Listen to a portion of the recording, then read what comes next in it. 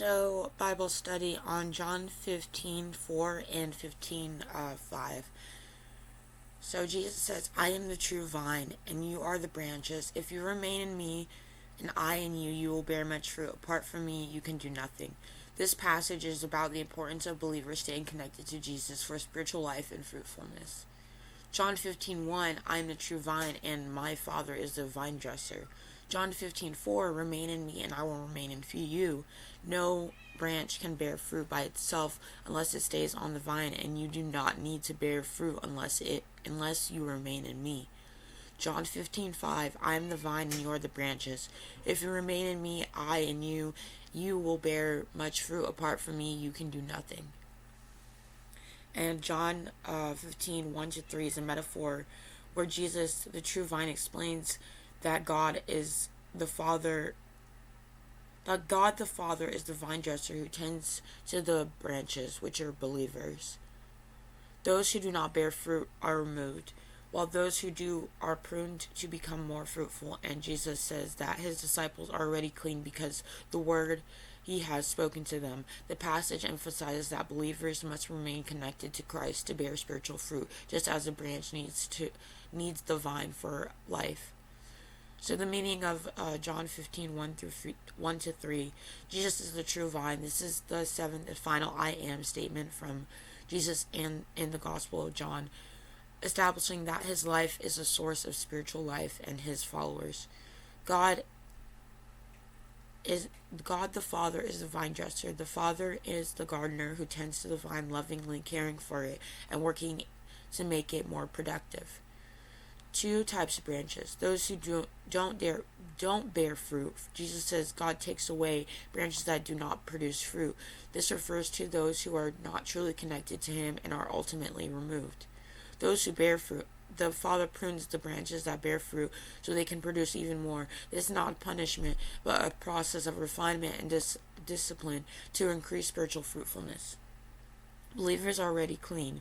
Jesus reassures his disciples that they are already clean because of the word he has spoken to them. This means their salvation is not based on their performance, but on their connection to him and the truth of his message. The importance of abiding. The passage introduces the core concept of abiding or remaining in Christ, which is essential for bearing fruit. Just as a branch cannot bear fruit on its own, believers cannot do anything spiritually productive apart from their connection to Jesus.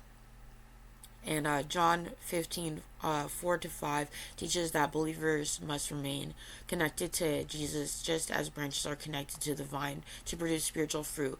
This abiding is a continuous dependent relationship with Christ, not a one-time event, and it's through his connection that believers can bear spiritual fruit and accomplish anything of lasting value. Without Christ, believers are powerless to produce good works on their own.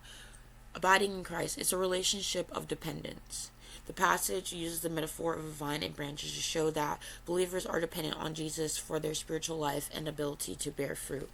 Jesus is the source of life. Jesus is the true vine. Believers are the branches that receive their life and the strength from him. Spiritual fruit comes from him. The fruit that comes from abiding in Christ is not something believers can produce on their own, but is a result of his life flowing through them. This fruit introduces character traits and actions that reflect Jesus' nature. What it looks like to abide. Stay connected. Abiding means remaining continually connected to Christ through a relationship with him. Spend time with him.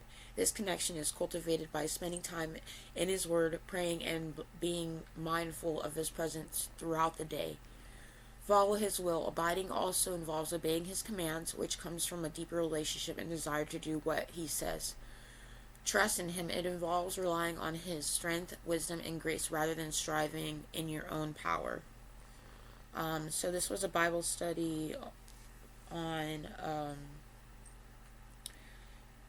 John 15:1-5. Good morning. It's morning over here. It's 8:20 a.m. I just woke up. Got Kitty here with me. I hope everybody has a blessed morning and a blessed rest of your day. Take care. Thank you for watching.